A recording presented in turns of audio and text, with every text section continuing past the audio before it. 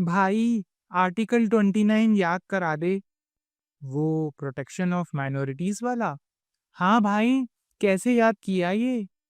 Number 29 से मुझे याद रहता है। नंबर 29 से कैसे याद किया? तो नंबर 29 से मुझे SSMB 29 मूवी याद आती है। वो राजमौली सर की नई फिल्म। भाई वो तो रिलीज भी नहीं हुई, उससे कैसे याद रहता है?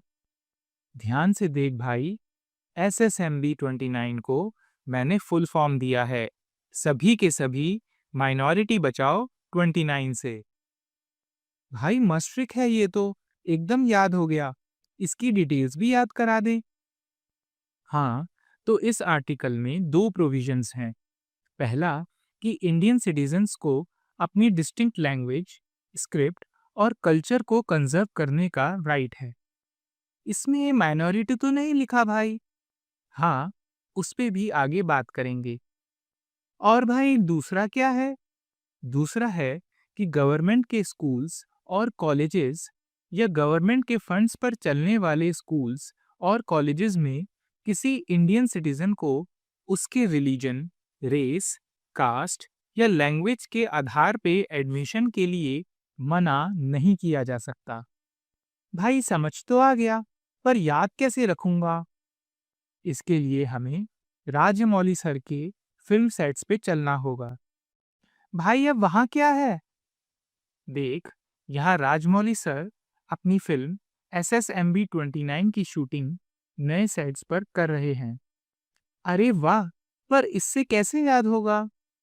अब तू बता भाई, नई फिल्म बन रही है, तो क्या राजमौली सर की पुरानी फिल्म्स के सेट्स को, कॉस्ट्यूम्स को और स्क्रिप्ट्स को हटा देना चाहिए? क्या बात कर रहा है भाई? राजमौली सर की फिल्म्स तो हमारे लिए बहुत इम्पोर्टेंट हैं। उससे नए फिल्म मेकर्स को और आने वाली पीढ़ी को सीखने को मिलेगा। इन सबको तो बचाना चाहिए।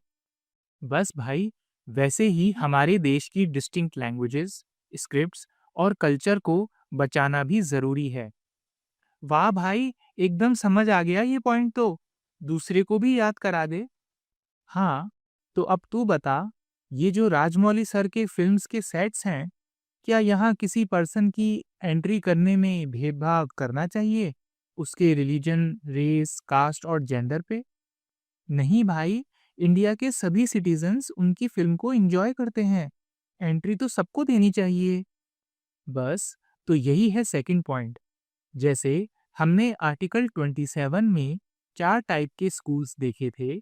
हाँ भाई, जो जीता वही सिकंदर वाली मूवी की ट्रिक से। हाँ भाई वही।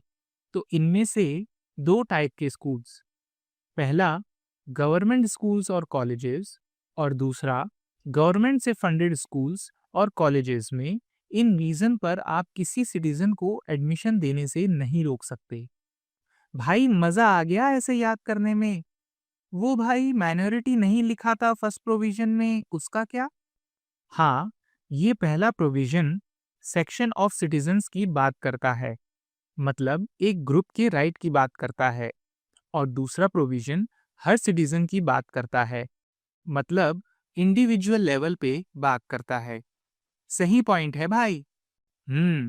तो पहले फर्स्ट प्रोविजन का स्कोप रिलीजियस और लिंग्विस्टिक माइनॉरिटी की प्रोटेक्शन का था, पर क्योंकि इस प्रोविजन में सेक्शन ऑफ सिटीजन लिखा है, तो सुप्रीम कोर्ट ने इस आर्टिकल के स्कोप को सिर्फ माइनॉरिटी तक ही रिस्ट्रिक्टेड है, ऐसा नहीं माना और कहा कि इसमें मेजॉरिटी सेक्शन भी इंक्लूडेड है।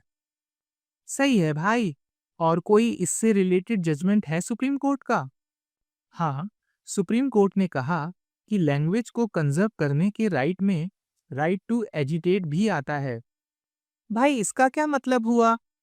इसका मतलब कोर्ट ने कंजर्वेशन के राइट के स्कोप को थोड़ा ब्रॉड किया। मतलब आप सिर्फ पैसिवली कंजर्वेशन ही नहीं, पर एक्टिव होके पीसफुली प्रोटेस्ट या डिमांड्स को रेज कर सकते हो।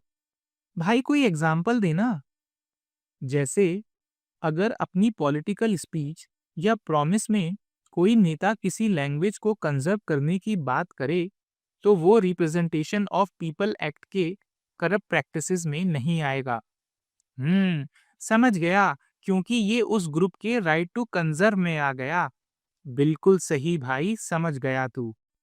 सही है भाई। SSMB 29 मूवी और राजमौली सर के फिल्म सेट से याद हो गया आर्टिकल 29 मुझे। थैंक्स यारा। अगर आपको भी याद हुआ हो तो इस वीडियो को लाइक करें, शेयर करें और हमें फॉलो करें।